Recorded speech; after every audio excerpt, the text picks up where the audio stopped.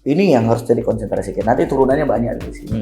Bagaimana dinas dan stakeholder terkait ini menghadirkan kualitas pendidikan yang baik, yang merata, tidak terdapat kesenjangan.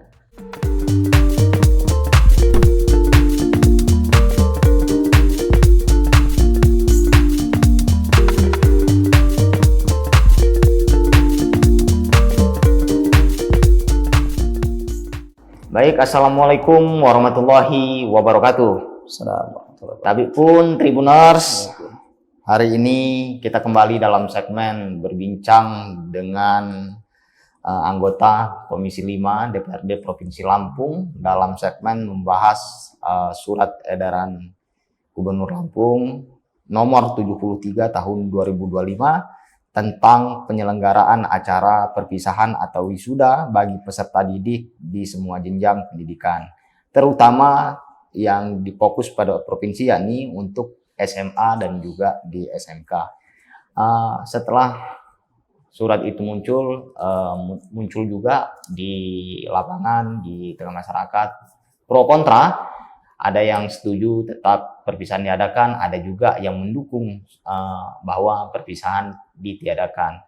Namun untuk lebih dalam mengenai persoalan ini, tentunya kita hari ini sudah bersama anggota DPRD yang memang hari-hari selalu mendengar aspirasi dan juga masukan daripada masyarakat khususnya mengenai pendidikan di Provinsi Lampung. Saya telah bersama Bang Sukron Mukhtar. Ya. Selamat sore Bang. Sore. Tapi pun. Gimana kabar Bang? Alhamdulillah baik, sehat. Sehat Bang ya? Alhamdulillah. Nah Bang, mengawali perbincangan kita pada siang hari ini, kita tahu bahwa Komisi 5 ini adalah mitra daripada Dinas Pendidikan Provinsi Lampung.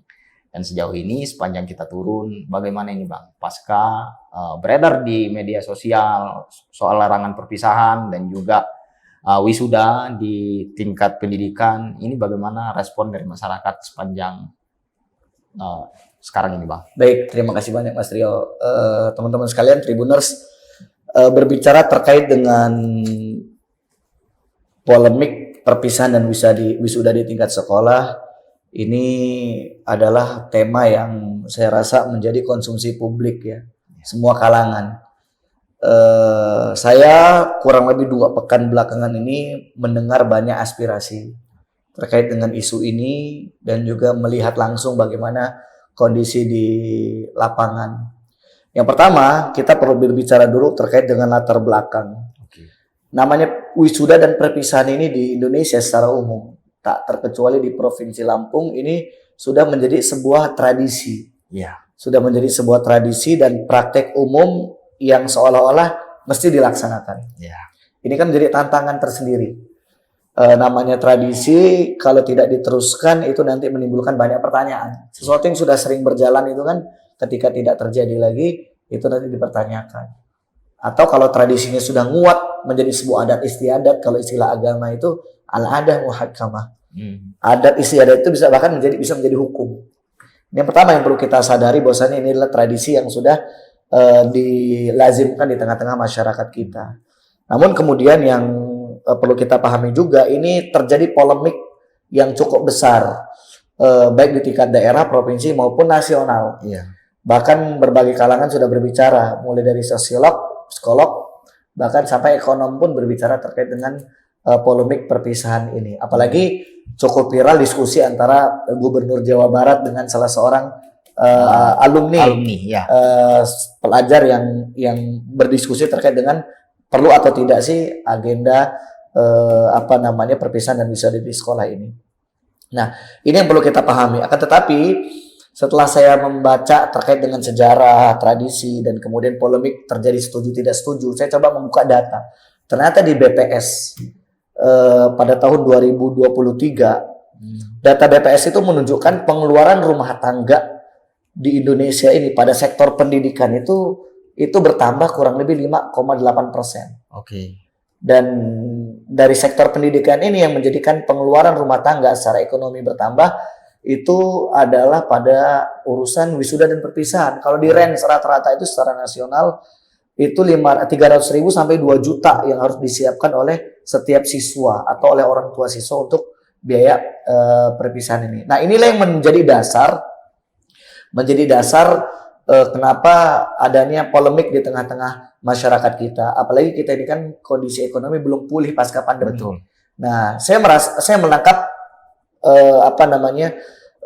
polemik ini dan aspirasi dari masyarakat terkait dengan perlu atau tidaknya diadakan perpisahan ini. Dan cukup besar yang mengatakan perlu dan mengatakan tidak. Kalau yang mengatakan tidak itu rata-rata para siswa. Rata-rata para pelajar yang mereka membutuhkan itu. Tetapi kalau aspirasi orang tua, mayoritas mengatakan tidak perlu adanya agenda perpisahan dan wisuda sekolah. Ini yang saya tangkap di masyarakat. Oke. Sehingga sempat terjadi polemik. Tapi kalau kita berbicara tadi kata Bang ada dia budaya dan juga tentunya kan ada plus minusnya. Kalau kita berbicara plusnya dilakukan perpisahan ini sepanjang alasan para siswanya apa ini Bang? Kalau saya melihat, saya mencatat positif dan negatif dari agenda perpisahan sekolah ini. Saya lihat dari aspek sosial, finansial, pendidikan, psikologi, bahkan nilai dasar budaya. Semuanya ada plus minus. Yang pertama dalam finansial misalkan. Kalau bicara positifnya diadakan perpisahan dan wisuda sekolah itu, ini mendorong partisipasi sektor swasta. Dalam dunia pendidikan. Dalam hal ini sponsorship. Biasanya kan anak-anak itu kreatif juga mengundang sponsor untuk membiayai. Artinya kepedulian pihak swasta terhadap pendidikan. Ini aspek positif di bidang atau di sektor finansial. Tetapi negatifnya di finansial ini pertama memberatkan orang tua. Apalagi posisi ekonomi yang sedang tidak stabil pasca pandemi. Gitu ya, terutama bagi keluarga yang memiliki ekonomi lemah. Nah, ini mereka teriak. Jangankan urusan finansial, urusan perpisahan dan wisuda yang cukup memberatkan mereka, urusan komite aja belum selesai. Betul. Nah, ini menambah daftar panjang permasalahan ekonomi di masyarakat. Ini dalam masuk finansial yang kami tangkap. Kemudian dalam sosial, positifnya agenda perpisahan dan wisuda di sekolah ini adalah memberikan rasa kebersamaan dan solidaritas bagi para siswa. Dan ini dirasakan oleh setiap siswa. Mereka merasa dengan agenda perpisahan itu mereka solid, mereka bersama mendapatkan kenangan yang indah, begitu ya. Karena mereka juga tidak semuanya mampu untuk meneruskan ke jenjang pendidikan yang lebih tinggi. Bagi mereka ini adalah special moment, gitu ya. Nah, tetapi dalam aspek negatifnya di bidang sosial ini menimbulkan kesenjangan sosial. Bagi yang tidak mampu, itu memberatkan sekali. Bagi yang mampu dengan mudah saja berbicara, bahkan mengatur rencana ketika perpisahan, pengen ini, pengen itu, pengen ini, pengen itu. Tapi yang tidak mampu kemudian dia merasa terbatas. Nah, ini aspek negatifnya. Kemudian yang selanjutnya yang saya perlu sampaikan adalah dari aspek psikologi. Ini positifnya memberikan pengalaman emosional yang positif serta memori kolektif bagi siswa. Karena dengan adanya wisuda ini mereka punya kenang-kenangan indah, nanti bisa ketemu gitu ya. Seperti foto bersama, mereka akan mengingat 5-10 tahun yang akan datang, 20 tahun yang akan datang, bahwasanya mereka pernah bersama. Ini kan memberikan pengalaman emosional tersendiri. Tetapi di sisi lain bagi siswa yang kurang mampu ini merasa terpinggirkan. Ini negatifnya dalam aspek psikologi. Mereka tidak mampu, akhirnya mereka diam. Mereka tidak mau merasa mereka bukan bagian daripada angkatan dan seterusnya. Ini yang menjadi problem. Selanjutnya dalam pendidikan. Aspek positif di sektor pendidikan terkait dengan wisuda dan perpisahan sekolah ini memberikan motivasi tersendiri bagi siswa untuk segera menyelesaikan tugas akhir. Karena ini semacam reward. Kita selesai, kita rayakan. Nah, itu di dunia pendidikan secara dalam hal positifnya, tetapi negatifnya dalam bidang pendidikan ini menjadi tambahan biaya finansial atau bahasa lainnya berpotensi menambah angka siswa putus sekolah. Biaya pendidikan kita sudah cukup tinggi tadi.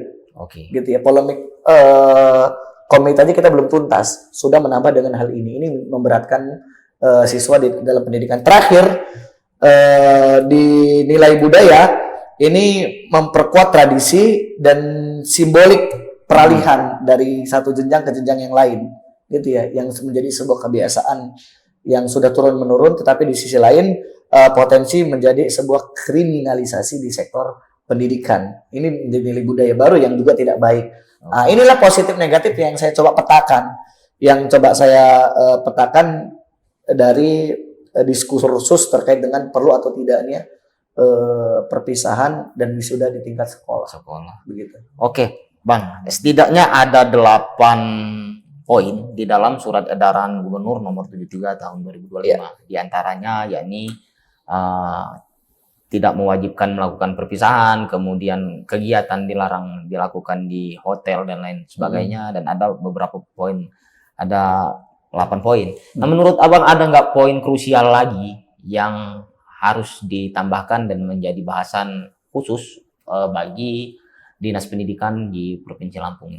Kalau menurut saya ketika saya membaca surat edaran dari Gubernur yang ditandatangani pada tanggal 10 April 2025, ini sudah menjadi solutif, win-win solution bagi kebutuhan kedua belah pihak. Karena melalui surat edaran ini secara tidak langsung, bahasa sederhananya, Gubernur Yai Mirza tidak melarang adanya perpisahan, tetapi juga tidak melegalkan atau menjadi keharusan. Karena barangkali Gubernur memahami diskursus tadi plus minus tadi, positif dan negatifnya, maka saya sepakat dengan edaran ini. Jalan tengahnya adalah silahkan diadakan, tetapi dengan kesederhanaan, tanpa membebankan. Kan banyak sih kreativitas yang bisa dilakukan. Misalkan dengan makan-makan bersama, sekedar makan-makan bersama, jalan ke tempat yang terdekat dan lain sebagainya. Dan tidak harus menjadi sebuah kewajiban. Nah, karena kalau tidak nanti juga tidak dilaksanakan menimbulkan polemik di tengah-tengah masyarakat. Terutama kalangan siswa berontak, kan itu bahaya juga. Maka saya sepakat dengan 8 keputusan ini, edaran yang disampaikan oleh Yai Gubernur ini. Barangkali kalau berbicara poin tambahan, tekanannya adalah sejauh mana pengawasan dan implementasi di sekolah. Ini aja yang perlu diperhatikan. Karena ini sudah saya rasa sudah gamblang, Mas. Sudah jelas apa yang disampaikan oleh Yai Gubernur. Tinggal bagaimana implementasinya di kehidupan masyarakat kita, sekolah, bagaimana dinas mengejuantahkan edaran dari Gubernur ini, memberikan instruksi secara langsung kepada kepala sekolah dan lain sebagainya. Ya, ini kan berbicara edaran, Bang. Artinya secara kekuatan belum sepenuhnya kuat. Tapi ini apakah perlu dibuatkan perda khusus untuk menindaklanjuti edaran yang berlaku di ke depan ini, Bang? Iya, kalau dalam tahun ajaran 2024-2025 saya rasa nggak punya waktu lagi membuat perda. Karena membuat perda ini kan butuh waktu. Betul. Begitu ya. Pembahasannya tidak singkat dan seterusnya. Kecuali untuk pelaksanaan 2025-2026 sah-sah saja. Mungkin saja gitu ya. Nah, tinggal di tahun ini bagaimana menjadikan surat ini yang sekedar edaran menjadi sebuah penekanan. Ini kan bisa melalui Kepala Dinas Pendidikan. Kepala Dinas Pendidikan memberikan penekanan secara langsung kepada kepala sekolah baik swasta maupun negeri untuk melaksanakan edaran ini dengan penekanan penuh. Saya rasa itu dengan waktu yang tersedia di 2025 ini. Karena ini udah masuk akhir ajaran, akhir ajaran. Kecuali di 2025, 2026 mungkin saja dibuatkan perda. Bagi saya mungkin. Nah, kalau kita berbicara dampak negatifnya tadi disinggung soal di sektor ekonomi nih, Bang. Tentunya dengan ditiadakan perpisahan, kemudian kegiatan di hotel, pendapatan transportasi umum, kemudian pendapatan hotel ini menurun nih, Bang. Nah, lantas bagaimana ini untuk ketika kita tumbuhkan edaran ini dengan di sektor ekonomi itu, Bang? Ya, saya rasa masih luas ya sektor ekonomi dan pariwisata yang bisa kita serap bukan saja dari dunia pendidikan.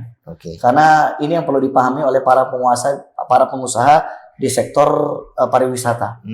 Gitu ya, baik perhotelan, tempat wisata dan lain sebagainya. Termasuk adalah transportasi yang memiliki travel dan lain sebagainya. Masih banyak kreativitas lain yang bisa mereka lakukan, objek-objek pendapatan lain yang bisa mereka dapatkan, misalkan melalui gatheringnya perusahaan, pemerintah dan seterusnya. Termasuk perhotelan kan bisa membuat event dan lain sebagainya. Saya rasa tidak mengganggu lah ketika memang dibatasi jangan di hotel. Dan saya sendiri tidak sepakat memang ketika wisuda sekolah kok di hotel gitu ya. Ini kan memberatkan banget. Kecuali memang sekolah yang punya kemampuan, siswanya rata-rata ekonomi menengah ke atas. Dan ada sekolah yang levelnya seperti itu. Sah-sah saja, tetapi juga jangan pula kemudian melakukan itu menjadi sebuah ajang unjuk unjuk kemampuan sehingga menimbulkan kesenjangan di tengah-tengah masyarakat. Perlulah keprihatinan dari sebagian kalangan yang mampu terhadap saudara-saudara kita yang barangkali tidak memiliki kemampuan. Maka itu yang bisa kita perhatikan dan menurut saya tidak terganggu oleh sektor ekonomi dan pariwisata. Oke, baik Bang, kita telah membahas mengenai di segmen perpisahan bahwasanya memang kalau kita simak tadi banyaklah hal positif yang terjadi ketika memang ditiadakan perpisahan dan juga wisuda di tingkat sekolah. Banyak hal-hal positif terutama yang dirasakan oleh para wali murid. Namun terlepas dari itu Bang, bagaimana sepanjang kita turun di lapangan, aduan-aduan khususnya di tingkat SMA dan SMK yang menjadi ranah provinsi terkait persoalan pendidikan yang ada, khususnya di komite ini Bang. Apa yang bisa disampaikan dan juga yang harus dievaluasi oleh pemerintah ini? Jadi kalau di pendidikan ini kan kita perlu memperhatikan dua hal menurut saya. Yang pertama kualitas pendidikan. Yang kedua adalah biaya pendidikan. Ini yang harus jadi konsentrasi kita. Nanti turunannya banyak di sini.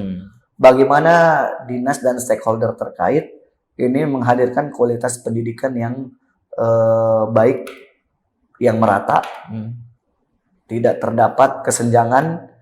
Yang kedua adalah juga terkait dengan biaya pendidikan ini terjangkau oleh lapisan masyarakat kita. Nah, ini menjadi dasar untuk kemudian adanya pembiayaan di komite ini. Karena sejatinya memang saya diskusi intens dengan dinas pendidikan, ada FGD yang kita hadiri juga. Ini biaya pendidikan kita ini tidak mampu mengcover kebutuhan pendidikan. Tapi di sisi lain kita ada perda wajib belajar 12 tahun. 12 tahun, betul. Yang belum dicabut. Gitu ya. Artinya memang karena perda wajib belajar 12 tahun, pemerintah wajib juga membiayai atau setidaknya memberikan subsidi kepada pendidikan tingkat menengah atas. Begitu ya. Di sisi lain, APBD kita berkurang. Karena ada dana bagi hasil yang langsung ke kabupaten kota. Betul. Secara langsung PAD-nya provinsi ini berkurang. Begitu ya. Ini perlu siasat. Bagaimana menutupi itu? Perlu adanya partisipasi pihak ketiga. Itulah komite. Itulah yang menjadi dasar kenapa adanya komite. Selain komite ini juga mengawasi bagaimana pelaksanaan pendidikan di sekolah. Begitu ya. Nah, tapi yang menjadi catatan adalah di komite ini pelaksanaannya juga cukup rumit. Terkait dengan pembiayaan, saya menangkap di lapangan, ini ada yang datang ke rumah saya langsung. Ke rumah saya langsung menyatakan dia, saya tidak sanggup, saya tidak mampu. Untuk biaya komite, saya ada beban biaya komite yang belum dituntaskan, dan seterusnya. Yang menjadi permasalahan adalah pelaksanaan keputusan biaya komite. Nah, yang menjadi dasar itu kan sebenarnya biaya komite itu sukarela. Nggak boleh diwajibkan, gitu ya. Nggak boleh diwajibkan karena ada Permendikbud itu yang melarang pungutan wajib di sekolah. Ini permensif, dasar hukumnya. Ini nggak boleh ada pungutan wajib. Nah, tetapi pelaksanaannya di masyarakat, komite ini kan bukan pungutan wajib, sukarela. Tapi sukarela seperti kewajiban. Kita tidak bisa menyalahkan satu pihak sekolah atau dinas pendidikan atau pihak siswa. Hanya terjadi komunikasi yang tidak efektif menurut saya. Misalkan begini. Saya berhusnuzon kepada sekolah, berhusnuzon juga kepada orang tua siswa. Yang terjadi itu adalah ketika membahas biaya komite, orang tua siswa ketika dia tidak mampu, misalkan, dia tidak mengungkapkan ketidakmampuan itu. Iya. Ketika dibahas, yang mereka tahu adalah diam dan sudah jadi keputusan. Tanda tangan bersama itu udah tanda tangan dia, sepakatan kalau misalkan dia dengan biaya komite sekian. Ini menjadi beban dia, karena ini komitmen. Iya. Ya, untuk mensupport tambahan kebutuhan biaya pendidikan tadi. Nah, kemudian sehingga terjadi permasalahan. Tetapi sekolah juga ini harus kreatif mendiskusikan ini. Yang namanya sukarela harus disampaikan juga dengan sukarela. Pendidikan kepada mereka juga harus utuh. Jangan misalkan dengan siasat yang diundang adalah komite perwakilan yang mampu-mampu saja sehingga menjadi keputusan bersama untuk yang tidak mampu. Tidak boleh juga seperti itu. Betul. Begitu ya, tidak boleh juga seperti itu. Ini yang harus terjadi komunikasi yang baik menurut saya antara pihak sekolah dan pihak komite. Yang namanya komite ini dia ditunjuk untuk mewakili seluruh wali siswa, bukan mewakili wali yang mampu saja, wali yang bisa berkomunikasi saja. Ini juga menurut saya harus clear dipahami oleh setiap komite sekolah sehingga tidak terjadi permasalahan. Ini yang saya tangkap di lapangan komunikasi di sini. Nah, selanjutnya adalah permasalahannya karena kita dasarnya tadi kurang biaya pendidikan kita dan membutuhkan bantuan lainnya, sebenarnya bisa ada slot-slot lain selain dari wali siswa. Ini partisipasi pihak ketiga. Iya. Kemarin kami di fraksi PKS ini sudah mengadakan FGD di tanggal 2. Di tanggal 2 dari pendidikan kami mendatangkan kepala dinas, kami mendatangkan ketua MKKS, kami mendatangkan praktisi hukum dari Unila, dan sebenarnya kami juga mengundang pengusaha atau perwakilan perusahaan di Provinsi Lampung di CSR-nya supaya dia hadir berbicara bagaimana kontribusi bidang usaha kepada sektor pendidikan. Hanya saja disayangkan itu tidak hadir, tidak bisa gitu ya. Nah, sebenarnya kita ketika datang itu kita pengen tanya bagaimana kontribusi perusahaan-perusahaan di Provinsi Lampung terkait dengan sektor pendidikan. Itu bisa kita serapkan di situ. CSR mereka untuk pendidikan dan seterusnya. Memang ini menjadi tantangan sendiri di pihak sekolah. Kurang, apalagi dengan adanya efisiensi ini. Karena imbas juga kan. Iya. Gitu. Artinya memang komite ini mencari dana dari pihak ketiga. Iya, bukan melulu ke wali muridnya, Bang. Bukan melulu ke wali murid. Dan yang poinnya juga ini juga sebagai pemberitaan kepada wali murid, ketika memang dia tidak mampu membayar komite itu tidak diwajibkan nanti. Iya, ketika gini. Tapi kebalikannya juga harus kita pahami. Kepada setiap wali murid, ketika dia tidak mampu, sampaikan di rapat komite kalau dia tidak mampu. Tetapi bagi yang mampu, jangan mengatakan tidak mampu. Ya. Ini problem kita di masyarakat juga. Betul. Ketika siswa itu mengatakan, ketika orang tua itu mampu sejatinya, dalam hal iuran dia mengatakan dia tidak mampu. Tapi pengakuan sosial dia dikatakan tidak mampu, dia juga tidak mau. Nah, ini permasalahan di tengah masyarakat kita. Ini problem dari sukarela. Namanya sukarela, misalkan saya mampu, saya punya penghasilan besar 2 digit sampai 3 digit misalkan sebagai pengusaha. Tapi namanya sukarela saya 100.000 kan nggak pantas bagi saya. Bagi orang yang punya penghasilan bagus, misalkan biaya komitenya terbatas adanya kan tidak mampu juga, tidak pantas juga. Maka bagi yang tidak mampu katakan dia tidak mampu dengan ketulusan hati. Tetapi bagi yang mampu jangan mengatakan dia tidak mampu. Berikan yang terbaik untuk pendidikan kita di Provinsi Lampung ini, begitu ya. Nah, ini yang menjadi problem juga, kesadaran dari para wali juga yang belum semuanya didapatkan. Dan untuk sekolahnya juga beberapa laporan ini, Bang, belum bisa diuji juga kebenarannya bahwa uang komite ini kadang-kadang ditetapkan. Ya katakanlah dipukul rata nilainya sekian. Nah, ini kan berbicara komite ketika dia ada ketetapan jumlah itu sudah bukan lagi komite, masuk ke dalam pungutan liar. Iya, ya itu yang terjadi juga. Maka ini pihak sekolah pihak sekolah dan komite harus waspada dalam bab ini. Karena ini bisa bermasalah pada status hukum. Ini bisa kena pidana. Karena kan ada Permendikbud yang nggak boleh yang melarang adanya pungutan liar. Gitu ya. Nah, nggak boleh dipukul rata. Perlu ditanya kesediaan dia. Dan ini kan ya inilah PR kita, membutuhkan kesadaran. Nah, membutuhkan kesadaran penuh dari masyarakat untuk kemudian secara jujur mengatakan ketika dia mampu atau ketika dia tidak mampu demi pendidikan kita yang lebih baik lagi. Oke. Nah, berbicara kinerja sejauh ini dari Komisi 5, khususnya Bang, kawan-kawan di Komisi 5, apakah setelah membahas mengenai edaran gubernur yang tadi tentang perpisahan, terus ke komite hingga menjelang penerimaan siswa baru ini, Bang. Sejauh ini bagaimana upaya-upaya dari Komisi 5 dalam mengatasi pendidikan yang ada di Provinsi Lampung, Bang? Kalau Komisi 5 ini kan namanya DPRD ini tidak bisa rapat dan kemudian memberikan rekomendasi. Kan bukan begitu DPRD ya. Betul. Yang bisa kita lakukan adalah hearing. RDP dengan dinas apa yang sudah mereka lakukan, kemudian kita memberikan masukan, kritik dan saran. Ini kan kerjaan DPRD. Jadi DPRD tidak bisa membuat aturan, ini kasih, tidak boleh. Tetapi pengawasan. fungsi DPRD adalah pengawasan. Nah, maka mungkin dalam waktu dekat saya akan berkomunikasi dengan teman-teman di Komisi 5, akan segera RDP dengan Dinas Pendidikan terkait dengan edaran tadi, juga barangkali terkait dengan PDB yang akan segera ada juga aturannya, karena komite ini ya. Nah, ini barangkali dalam waktu dekat lah. Dalam waktu dekat kita akan berkomunikasi untuk memahami, setelah itu kita akan memberikan masukan dan saran terbaik buat pendidikan di Provinsi Lampung. Oke. Nah, sementara yang harus diperbaiki ini Bang, mengenai keluhan masyarakat juga, mengenai zonasi untuk penerimaan siswa didik baru di 2025 ini, tapi kan dia bukan lagi zonasi, dia harus pakai domisili ini bahasanya. Ini bagaimana ini Bang, sepanjang keluhan masyarakat mengenai zonasi atau domisili ini Bang?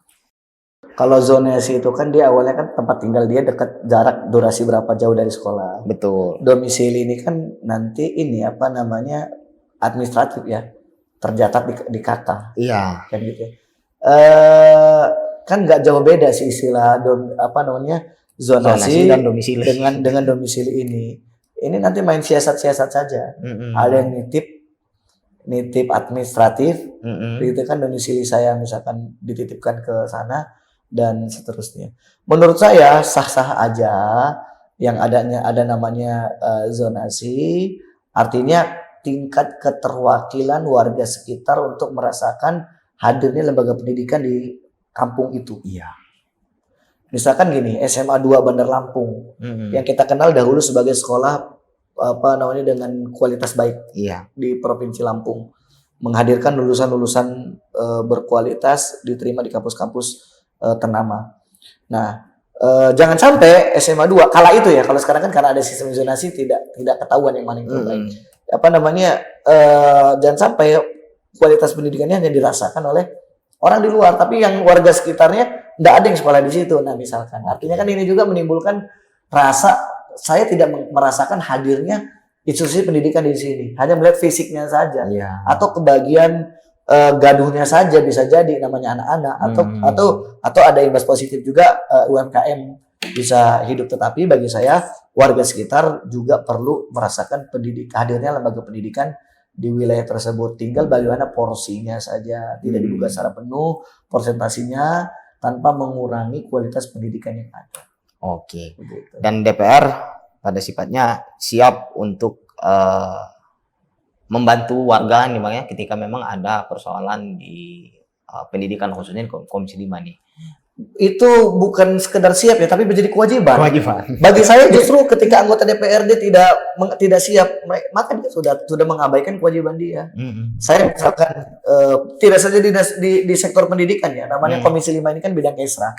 Saya sebagai anggota DPRD di Komisi 5 bidang Kesra, tidak saja pendidikan tapi juga kesehatan, sosial, perempuan dan anak, pemuda dan olahraga, rumah sakit. Jika ada masyarakat yang punya problem dalam urusan ini, termasuk mitra horizontal, BPJS, gitu dan lain sebagainya, Kemenak bisa berkomunikasi dengan kami, terutama bagi masyarakat yang ada di dapil saya. Tetapi kan namanya pengabdian tidak terbatas di dapil saja. Boleh berkomunikasi, kita mau di sosial kita terbuka untuk bisa berkomunikasi, menyampaikan aspirasi dan seterusnya. Insya Allah bukan sekedar siap tapi menjadi kewajiban.